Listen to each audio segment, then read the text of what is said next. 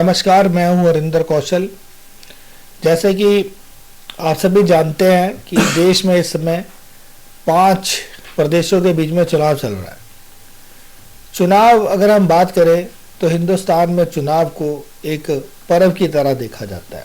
लोग इसमें बढ़ चढ़कर हिस्सा लेते हैं, अपनी उम्मीदों के मुताबिक अपनी पसंद का अपना विधायक चुनते हैं, अपना मेंबर ऑफ पार्लियामेंट चुनते हैं।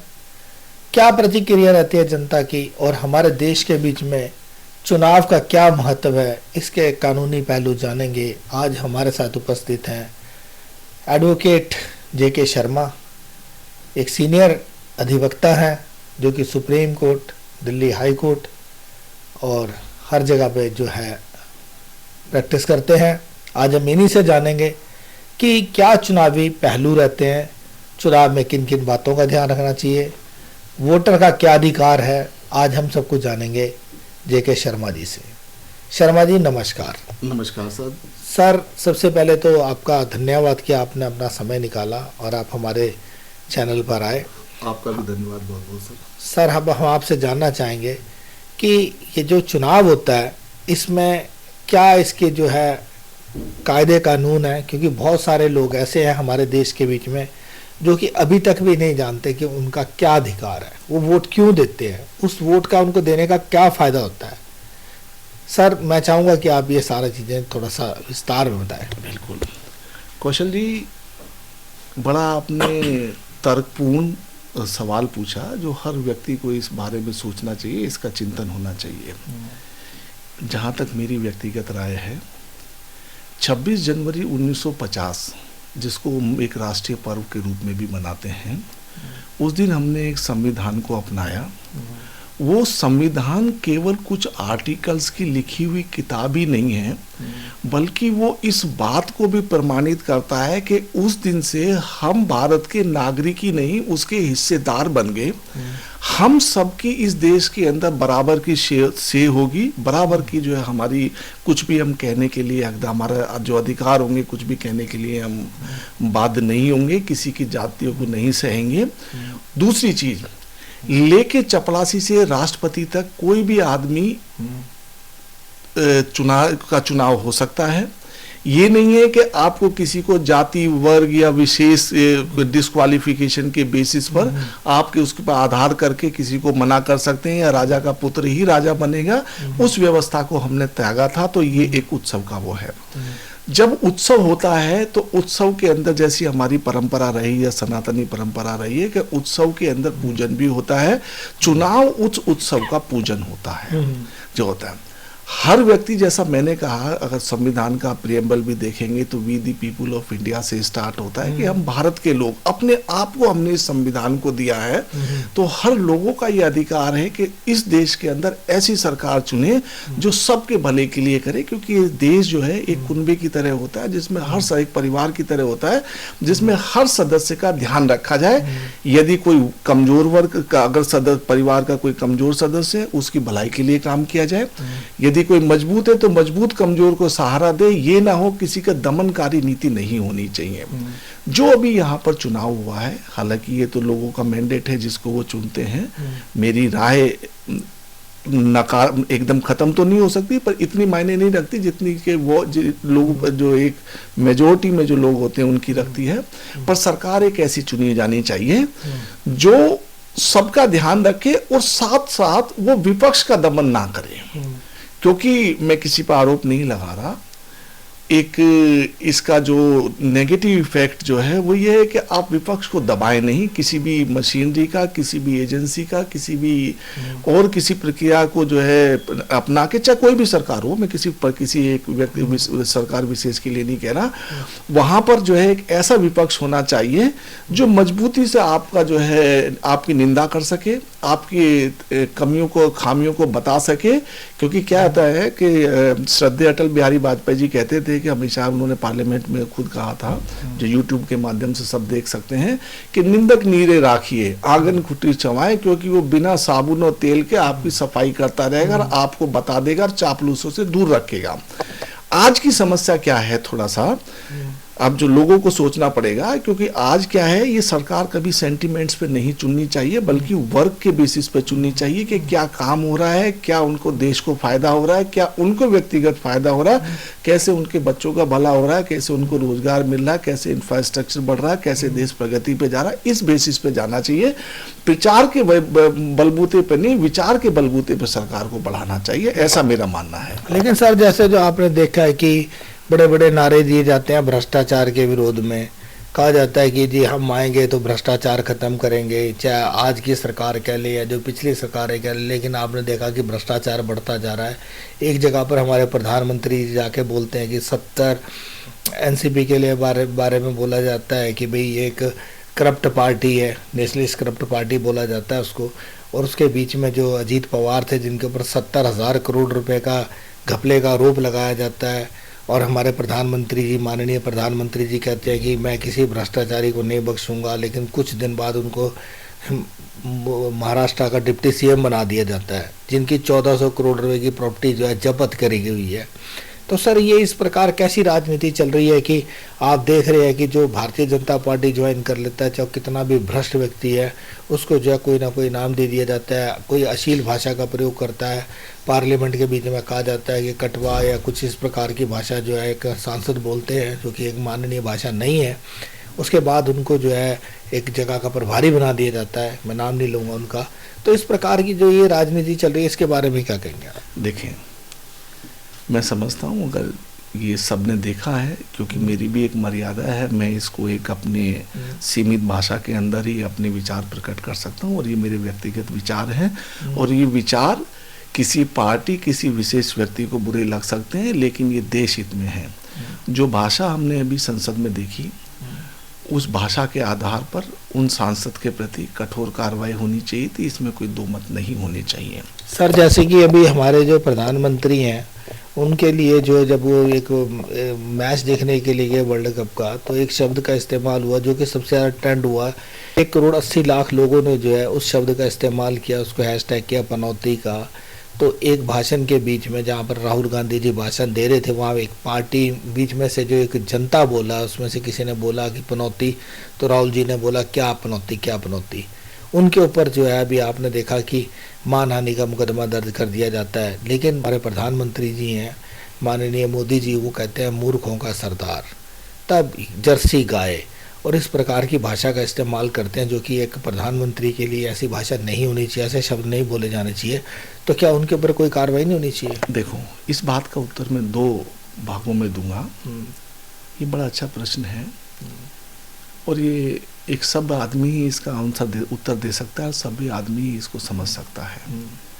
यदि आप वीडियो उठा के देखें, यूट्यूब पे आजकल उपलब्ध रहते हैं, माननीय अटल बिहारी जी जब विपक्ष में थे, तो मुझे लगता है कि जो अटल बिहारी जी ने जो संस्कृति, जो अपनी छाप राजनीति पे छोड़ी थी, जो हरदलजीज थे, उसका शायद सही से अनुपालन नहीं हो रहा है। मेरा मानना है यदि उनके भाषण भी सुन लें तो लोग बहुत कुछ सीख सकते हैं। मुझे याद आता है उनका एक भाषण, उन्होंने कहा था, जो लोग एक सोनिया गांधी जी का भाषण उन्होंने पढ़ते हुए कहा था, जिसमें कोई ज़्यादा कठोर शब्द नहीं थे, लेकिन अटल बिहारी जी के लिए वो कठोर थे। तो उन्होंने कहा था कि जो लोग आपके साथ कंधे से कंधा मिला के इस देश की सेवा में लगे, उनका मूल्यांकन करने के लिए इन शब्दों का प्रयोग नहीं होना चाहिए।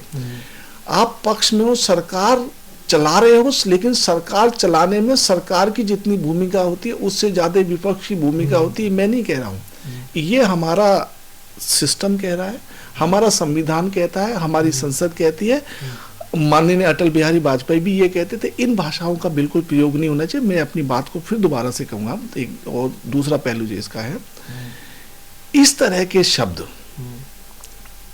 की मर्यादित भाषा इस स्तर पर नहीं होनी चाहिए। जहाँ तक मानहानि का केस का ये है, जब आप चुनाव लड़ते हो, क्योंकि हमारी एक ऐसी परंपरा रही है, हम लोगों ने दुर्भाग्यवश ऐसी परंपरा को अपनाया जहाँ पर किसी को मोनी बाबा, किसी को जो है फेंकू, किसी को ये, किसी को फलाना, किसी को ढिमका कहते हैं।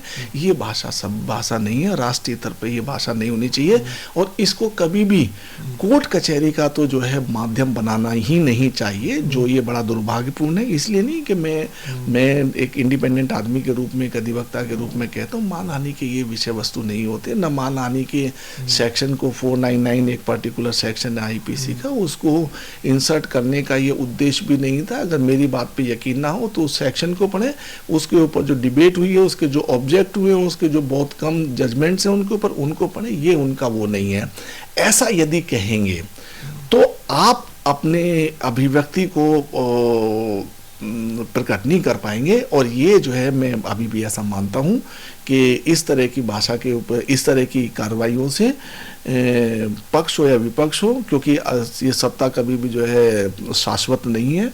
आज आपके पास है, कल उनके पास आएगी, तो ये अच्छी नहीं होगा। इससे कल विपक्ष वाले आएंगे तो वो बदला लेने की प्रवृत्ति से फिर ये काम करेंगे। ये लोकतंत्र के लिए अच्छा नहीं, ये देश के लिए अच्छा नहीं है। ऐसी चीज़ों को रोकना पड़ेगा। ऐसी चीज़ों से जो है कम से कम संवैधानिक आदमियों को दूर रहना चाहिए और उनकी भर्त्सना करनी चाहिए। जहाँ तक वो संसद के बयान का वो है, वो बड़ा निंदनीय था और उसको कठोर से कठोर कार्रवाई होनी चाहिए थी। लेकिन सर उसको तो इनाम दिया जा रहा है ना। ऐसा ये गलत है, ये चीज़ गलत है। देखो मैं एक दूसरी चीज़ बताता हूँ आपको नहीं, बड़ी सिंपल देखना है। मैं एक पर्टिकुलर समाज के बारे में कहता हूँ जो मेरे व्यक्तिगत विचार है। मैं जब डिबेट्स में हम देखते हैं तो मैं नाम नहीं किसी का लेना चाहता, बहुत बड़े बड़े नेता पुराना इतिहास बताते हैं, सारा बताते हैं। जब हम कोई भी तर्क वितर्क करते हैं तो उसका उद्देश्य किसी समस्या के समाधान के लिए होता है। अब हमें ये सोचना पड़ेगा कि एक पर्टिकुलर व्यक्ति जो वर्ग है, आपके अनुसार हो सकता है वो थियोक्रेटिक है, आपके अनुसार हो सकता है कि वो जो है धार्मिक उन्माद से है, लेकिन उसकी उस अज्ञानता को दूर करना भी आप ही की जिम्मेदारी है। आप मुझे एक चीज बताइए, यदि कोई परिवार के अंदर एक आदमी उद्दंड हो जाता है, दुष्ट हो जाता है, चोर हो जाता है, मैं और बुरी मान लेता हूँ हाइपोथेटिकल सिचुएशन, वो चोर उचक्का हो जाता है, तो परिवार के मुखिया के नाते होने का क्या हो रहता है? उसको गाली दे या उसके सुधारने का प्रयास करे। मेरा मानना यह है, सरकार का एक दायित्व होता है कि एक पर्टिकुलर वर्ग जो गर्त में जा रहा है, जिसका मिसयूज हो रहा है, जिसका दोहन हो रहा है, उसको शिक्षित किया जाए, उसको समझाया जाए। क्योंकि शिक्षा एक ऐसा उजाला है जो सब तरह के विकारों को दूर करता है। तो उस वर्ग को शिक्षित करने के बजाय उसकी उपेक्षा करोगे तो आपके लिए आने वाले समय में वो अच्छा नहीं होगा। सर जैसे कि आपने देखा कि जब हम सुनते हैं कि जब पहली नेहरू जी ने सरकार बनाई थी आज़ादी के बाद, तो उन्होंने पूरी मेजोरिटी में उनकी सरकार थी। उन्होंने फिर भी 5 विपक्ष के जो काबिल लोग थे उनको अपने मंत्रिमंडल के बीच में मंत्री बनाया था ताकि देश जो है सुचारू रूप से चल सके। सर आज राजनीति कहाँ जा रही है? आज यदि अगर हम कहें कि देखो आज इस समय जो हमारी वित्तीय स्थिति है, अगर हम बात करें तो इस समय हमारी जो आर्थिक व्यवस्था वो काफ़ी चरमरा गई है। तो जैसे कि मनमोहन सिंह जी थे और बहुत सारे जो है मुंटेग वालिया हुआ है जो अर्थशास्त्री थे, जिन्होंने कि देश की अर्थव्यवस्था को उस समय संभाला जबकि विश्व पूरे मंदी के दौर से गुजर रहा था, तब भी उन्होंने भारत की अर्थव्यवस्था पे आंच नहीं आने दी। तो क्यों अब ऐसी राजनीति हो रही है कि भाई उन लोगों से सलाह तक नहीं की जाती है, किसी और से पूछा तक नहीं जाता? देखिए कौशल जी, हालांकि मैं तो के ऊपर अधिकारता नहीं रखता हूँ, लेकिन एक देश के नागरिक होने के कारण, एक अधिवक्ता होने के कारण, जहाँ तक मेरी नॉलेज है, क्योंकि मैं कॉमर्स का ग्रेजुएट रहा हूँ, और वित्त का यही मतलब नहीं होता है कि आपके ऊपर स्पेशली डिग्री होनी चाहिए। डे टू डे लाइफ में भी जो है, दैनिक दिनचर्या में भी आपको वित्तीय स्थिति का पता पड़ता है। ये स्थिति बड़ी भयानक है। होता क्या है, मैं आपको बड़ा एक छोटा सा एग्जाम्पल देता हूँ। जो नेहरू जी थे, हर आदमी के अंदर कोई भी आदमी परिपूर्ण नहीं होता है, 9 के 9 रस उसके अंदर नहीं होते हैं, सारे भाव उसके अंदर नहीं होते हैं।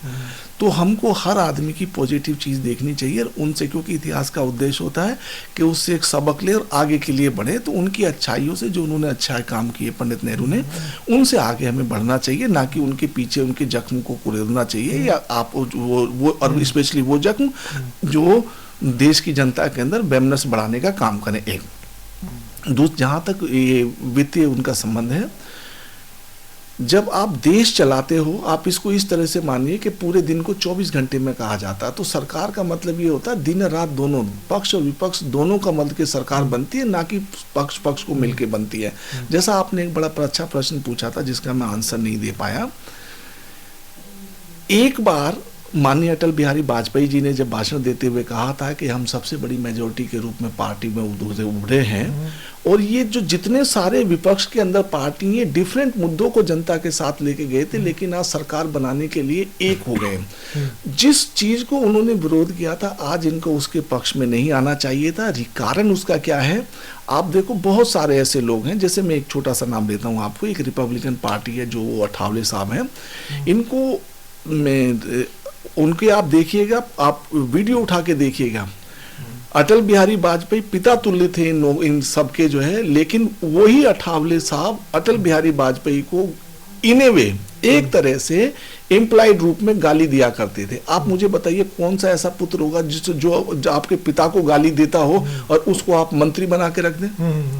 क्या यही आपकी वैल्यूज आपने अपने पिता से ली है, या आप प्योरली पॉलिटिक्स है? जैसे आपने सब पवार जी का नाम लिया है, और बहुत सारे, मैं कई सारे मंत्रियों को ऐसे जानते हूं जो एक समय में बीजेपी को दुनिया भर की गाली दिया करते थे। रूलिंग पार्टी जो है ये, वो मैं के नाम जरूर मैंने लिया है, लेकिन मैं एक नियम की बात कर रहा हूं, मेरा किसी से पर्सनल वेंगेंस नहीं है। लेकिन क्या हुआ कि आज आपने उन सारे गाली देने वाले आदमियों को, क्योंकि वो आपके लिए जिताऊ कैंडिडेट हैं, विजयी प्रत्याशी हैं, उनको आपने अपनी पार्टी में मिला। इससे आपके ये हो सकता है कि आज आपकी सरकार बन जाए, लेकिन ये सरकार इस तरह की परिपाटी लंबी नहीं चलेगी। कारण क्या होता है? ये जो है किसी भी इसका बेस नहीं होता।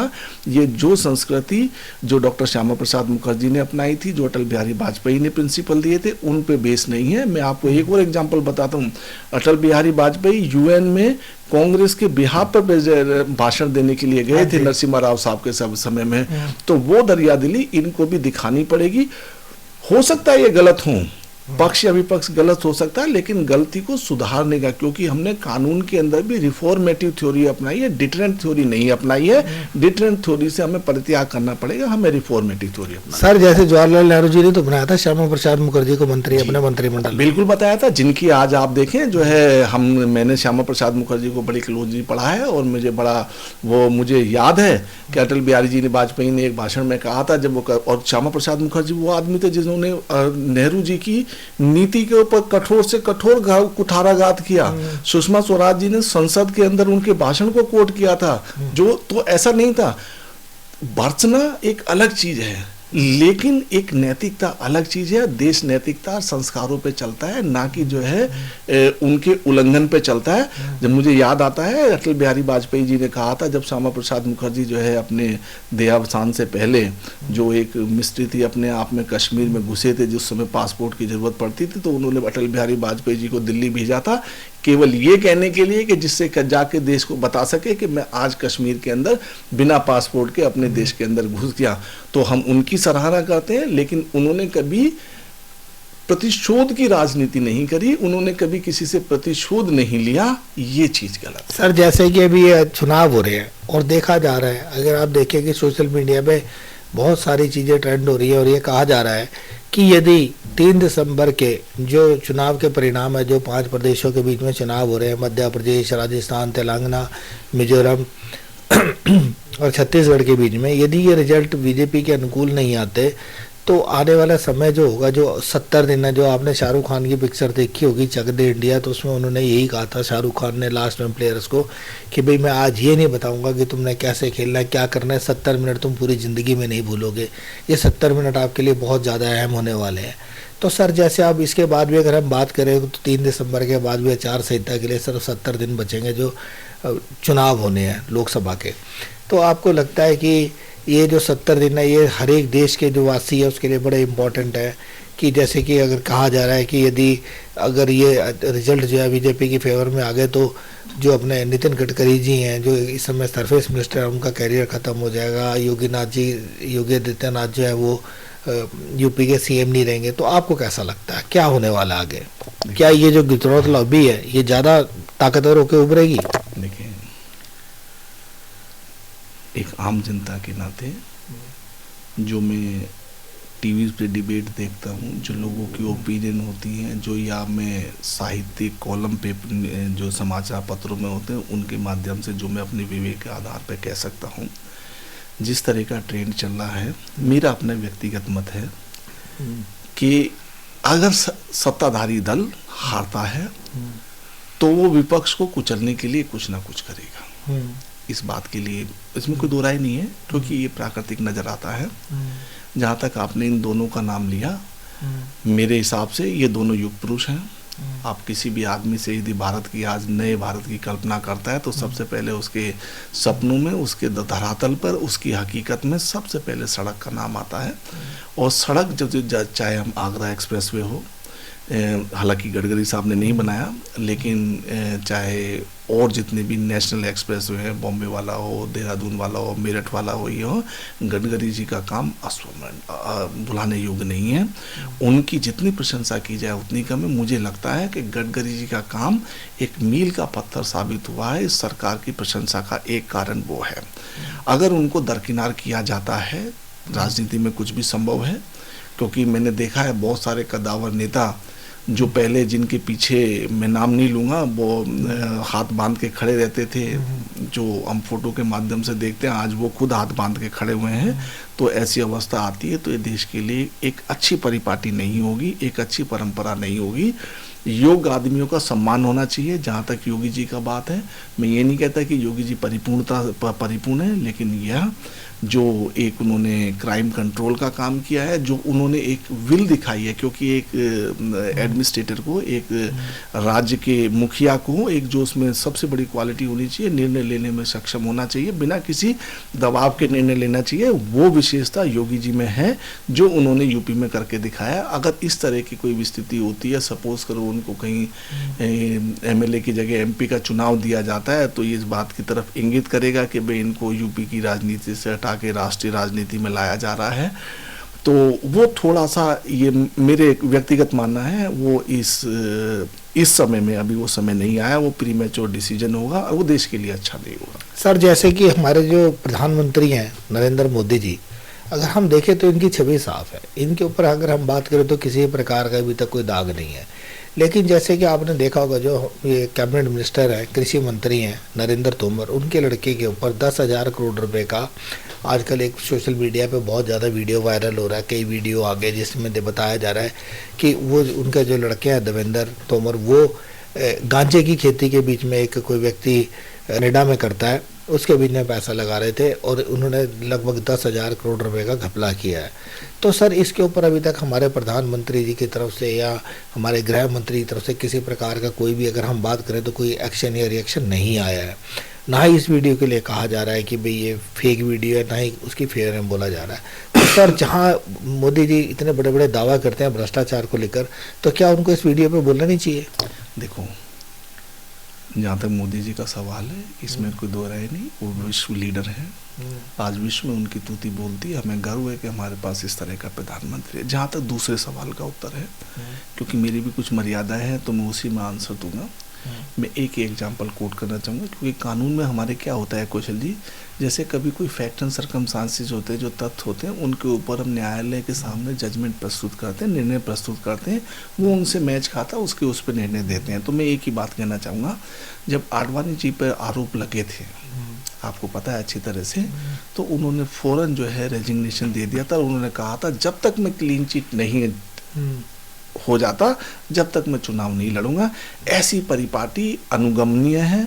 हर आदमी को इस परिपाटी का अनुगमन करना चाहिए। यदि आपके ऊपर आरोप लगे हैं तो आपको जो है पाक साफ होने तक ये आपको जरूर प्रयत्न करना चाहिए कि जो आप पे आरोप लगे उनको, या जो आप पे धब्बे लगे उनको जल्दी से जल्दी धो दें।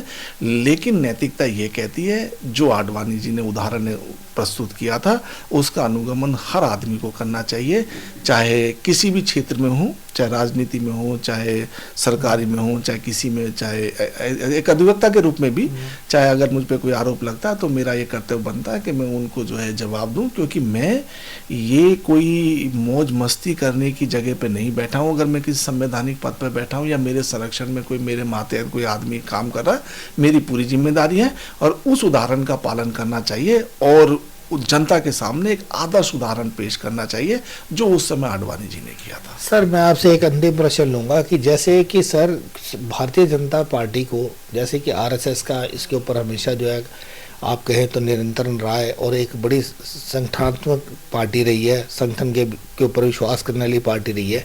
लेकिन जैसे कि अभी ये 5 स्टेटों के बीच में चुनाव हो रहा है, अगर हम बात करें मध्य प्रदेश की, बात करें राजस्थान की, बात करें छत्तीसगढ़ की, तो यहाँ पे जो है ना संगठन देखा नहीं गया। यहाँ पर ये हो रहा है कि जो छत्रप है, जो कि मतलब कि कहते हैं कि जो प्रदेश के जो राजा थे एक तरीके से, जिनके नाम के ऊपर जो है कभी भारतीय जनता पार्टी जीती रही, उन्हीं को जो हाशिया पर ला दिया गया। जैसे हम विश्वनाथ राजे सिंधिया की बात करें और अपना इनकी बात करें, अपना शिवराज सिंह की बात करें, रमन सिंह जी की बात करें, तो सर अब ये जो संगठन के बीच में जो देखा जा रहा है, इसका क्या कारण है कि अब वो संगठन वाली बात भारतीय जनता पार्टी में नहीं रहेगी। जैसे कि पहले यदि कोई भी बात अगर इनका कोई लीडर कह देता था, चाहे मोहन भागवत जी कह देते थे RSS से, या फिर या प्रधानमंत्री जी बोलते थे, तो उसके ऊपर पूरे तरीके से अमल हुआ था। लेकिन अब वो चीज़ देखने को नहीं आ रही। इसके बारे में क्या कहेंगे? RSS जिसको कहते हैं हम,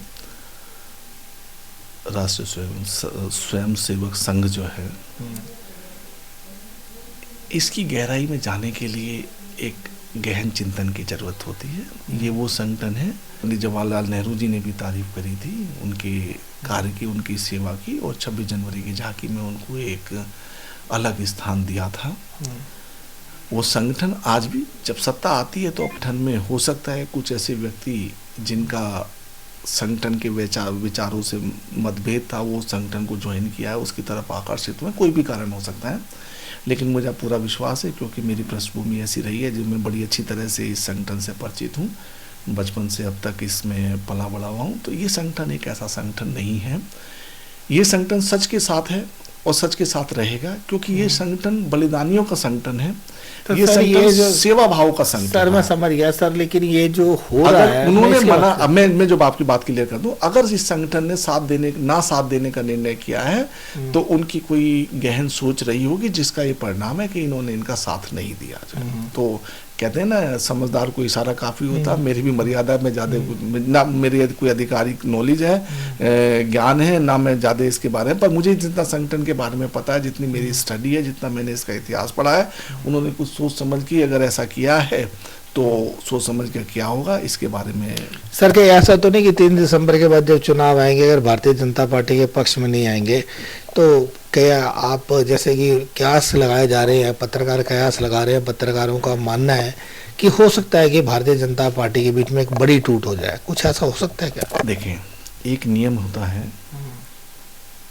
हालांकि ये बहुत जल्दी हो जाएगा कहना, पर एक नियम होता है, उत्सव में जश्न होता है। ये हमारे श्रद्धेय अटल बिहारी वाजपेयी जी कहा करते थे कि जब उत्सव होता है तो उसके अंदर जश्न होता है, उसमें गलतियां नहीं ढूंढी जाती।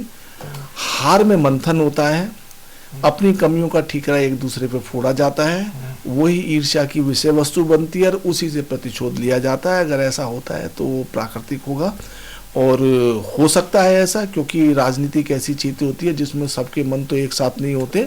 दुश्मन भी वहाँ पे, हमने इतिहास इस बात की सूचना देता है कि दुश्मन भी आपस में एक दूसरे से गले मिलते थे। जो संसद में एक दूसरे को गाली देते थे, वही अपने बच्चों की शादी में एक दूसरे के मुंह को लड्डू खिलाते थे। बिहार में हमने देखा है, नीतीश उनसे मिल गए तो ऐसा, और जो है बीजेपी ने उन पार्टियों का साथ दिया जिनकी धुर विरोधी थी। कश्मीर में आपने देखा, तो ऐसा राजनीति में होता है कि दुश्मन भी जो है दोस्त बनने का दिखावा करते हैं। तो अगर ऐसा होगा तो मुझे कोई ज्यादा आश्चर्य नहीं होगा। जहां तक मेरा अपना ज्ञान है, ये मेरी व्यक्तिगत राय है, किसी पार्टी वार्टी से लेना देना नहीं है, पर ऐसा होता है तो ये मेरी मानना है। क्योंकि ऐसा तो हो नहीं सकता कि सारे आदमी जो है हमारे जो प्रधानमंत्री हैं या उप प्रधानमंत्री हैं इनके पक्षधरी हों, क्योंकि ये भी तो जब ये उनसे जूनियर थे, उनको काट के ऊपर तक आए हैं, तो वो इनके प्रति गरज तो रखेंगे ही रखेंगे। तो ऐसा हो सकता है, और ये होगा तो मुझे आश्चर्य नहीं होगा इस चीज़ का।